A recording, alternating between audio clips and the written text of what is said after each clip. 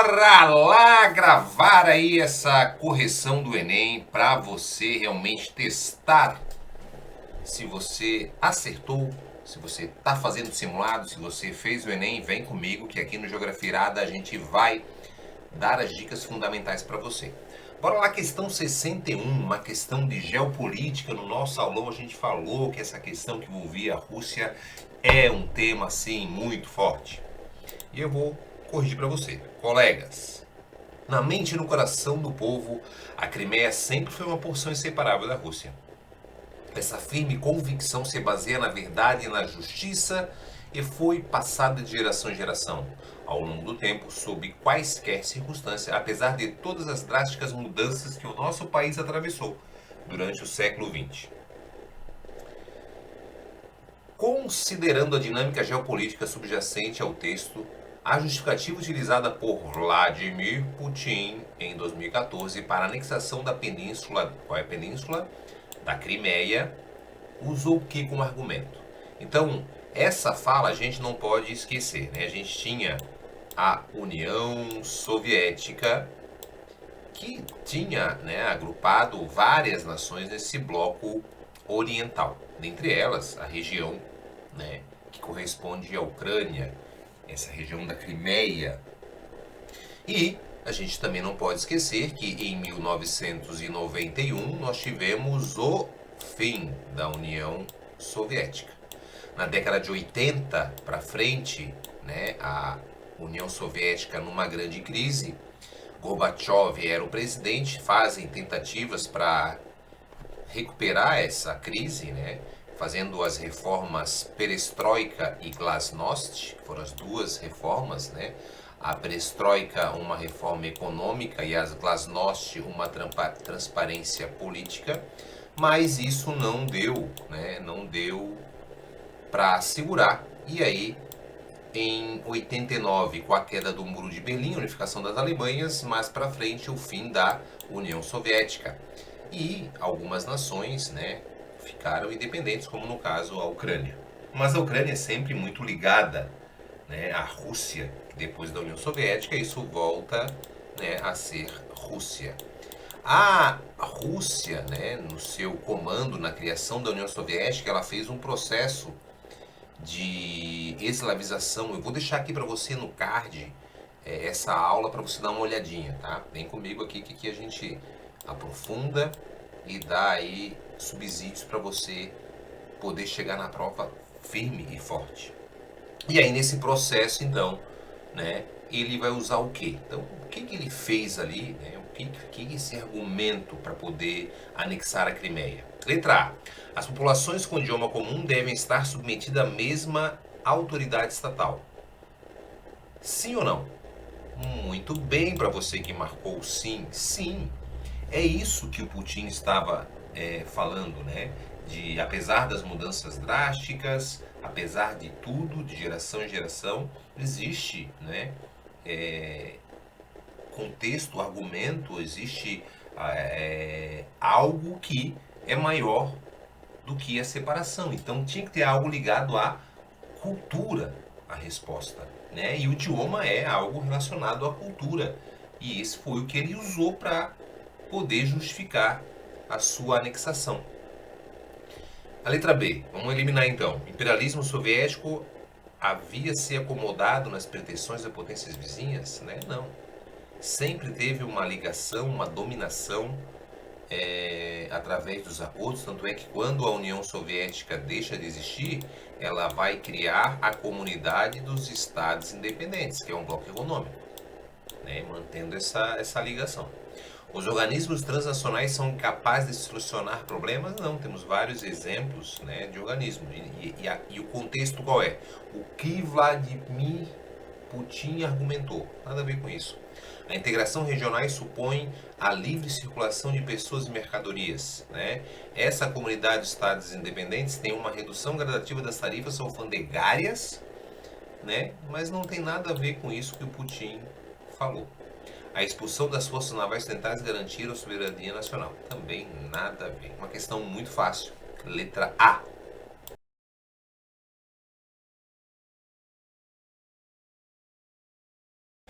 Vamos então à próxima questão, uma questão aí também que eu julgo nível fácil, espero que você tenha acertado, né? Se você não acertou, vamos agora esclarecer as suas dúvidas. Ela traz uma imagem aqui, questão 65, da evapotranspiração, né? Que tem a ver com uma redução dela, você vai percebendo aqui, com o aumento da urbanização. Tá? E um aumento gradativo na infiltração, ok? Então, uma questão bem fácil eu aponto, mas algumas pessoas podem ficar em dúvida em duas alternativas. O que essa imagem aqui, né, mostra que a ocupação urbana, o que ela vai gerar? O nível altimétrico, né, da altitude, nenhuma relação, não tem nada, nenhuma relação, né? Letra B, ciclo hidrológico. Ciclo hidrológico. O que é o ciclo hidrológico? Né? O ciclo da água. Então nós temos o ciclo da água, ele tem a ver com a insolação, com a evaporação ou evapotranspiração, no caso da vegetação, né? E depois a condensação, a precipitação e a infiltração. Tá mostrando isso? Evapotranspiração, tá. Infiltração, tá. Opa, letra B. Marcelo, mas o clima? Calma lá. Então já eliminamos ali a altitude, que não tem nada a ver. O clima, por que não é?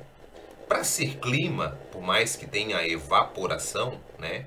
O clima a gente tem que ter aqui subsídios dos elementos do clima. Quais são? A temperatura, a pressão, né? A umidade, correto?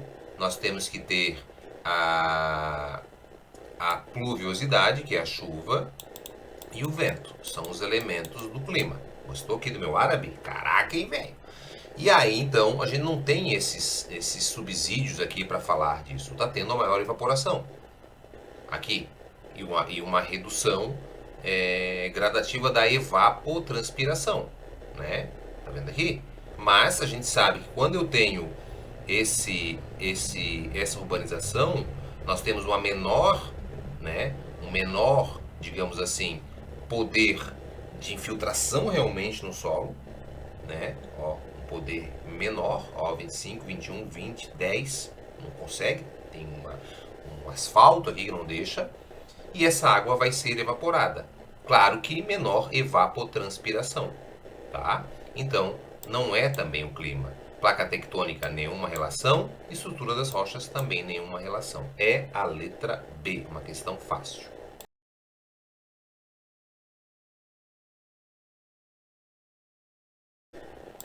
Vamos então a mais uma questão 67 para você. Macrocefalia urbana pode ser entendida como a massiva concentração das atividades econômicas em algumas metrópoles que propicia o desencadeamento de processos descompassados, redirecionamento e convergência de fluxos migratórios e déficit no número de emprego, ocupação desordenada em determinadas regiões de cidades e estigmatização de estratos sociais que comprometem substancialmente a segurança pública. O processo de concentração espacial apresentado foi estimulado por qual fator geográfico? Bora lá, então macrocefalia urbana, traduzindo esse texto, é o crescimento rápido e desordenado da cidade, típico do Brasil. O Brasil teve um processo de urbanização tardio e quando teve, a partir de 1930, com o processo industrial de Getúlio Vargas, nós temos um crescimento rápido, né? Principalmente na região sudeste, né? Principalmente em São Paulo e Rio de Janeiro, aonde a macrocefalia é bem evidente. Essa macrocefalia, né, que está falando aqui, é convergência de fluxos migratórios. Então nós temos lá São Paulo, começa a surgir indústrias, começa a atrair imigrantes. Imigrantes, imigrantes, imigrantes, imigrantes. Então, as construções, né, vão surgindo e isso, obviamente, vai gerar, né, toda essa relação de crescimento desordenado. E aí, qual desses fatores geográficos gerou isso? Primeiro, limitação da área ocupada. Não, né, não está descrevendo nada no texto. Nós temos ali o crescimento, ele é totalmente desordenado. Não temos uma área específica. E aí o crescimento vai sendo totalmente desordenado. Então não tem a ver com isso a macrocefalia urbana. Letra B. Um êxodo rural da população do campo. É óbvio, pensa bem, em 30 a economia do Brasil nessa época era baseada no café. Com a crise lá, né, de 29, a redução do consumo do café. E aí o processo de industrialização de Getúlio Vargas faz com que aumente o êxodo rural, a saída do campo para a cidade. E essa forte migração, ela vai gerar essa macrocefalia urbana. Letra C. Ampliação do risco habitacional. Né? Não é isso que estimulou a macrocefalia. Deficiência de transporte alternativo. Também não tem nenhuma relação com isso. Né? Crescimento da taxa de fecundidade. Não. Né? A partir disso, da urbanização, temos uma redução, mas também não tem relação com isso. Uma questão também bem tranquila para você responder. Letra B.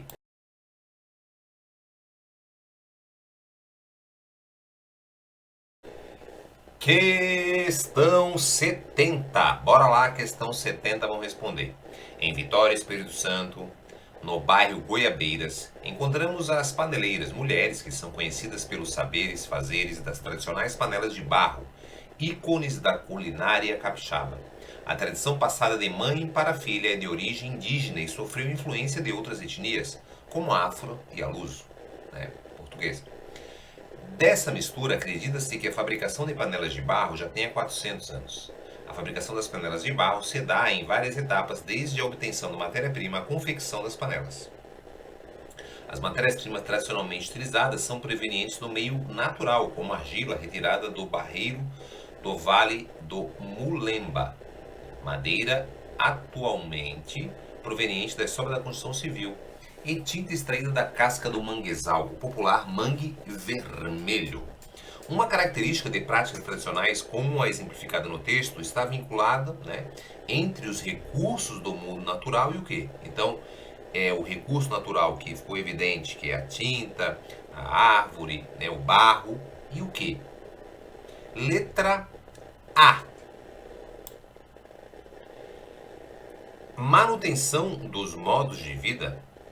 Olha lá, vamos ver o enunciado. Uma característica das práticas tradicionais.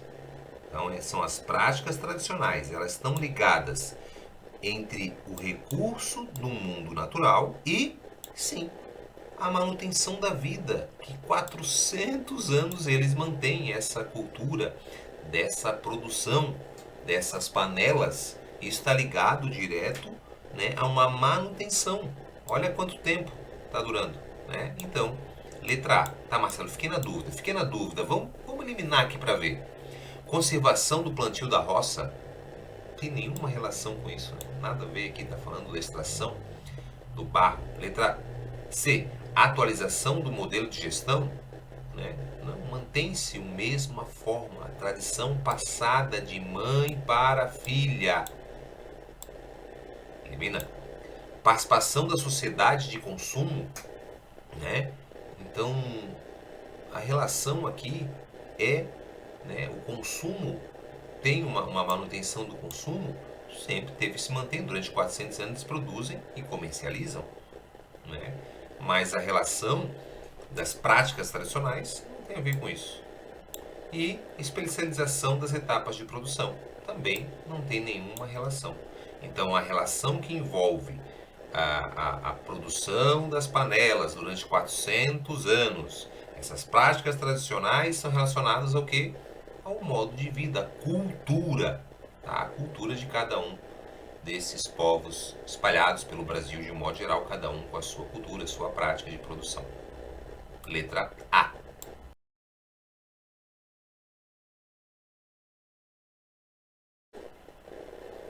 Vamos aí a mais uma questão, a última de hoje, 71. Não perca aí, quarta-feira, o outro vídeo, né, com mais aí um bloco de questões para vocês. Na construção da ferrovia Madeira-Mamoré, né, o que dizer dos doentes, eternos moribundos a vagar entre delírios febris, doses de quinino e corredores da morte, Hospital da Candelária, era santuário e túmulo Bora lá, questão 71.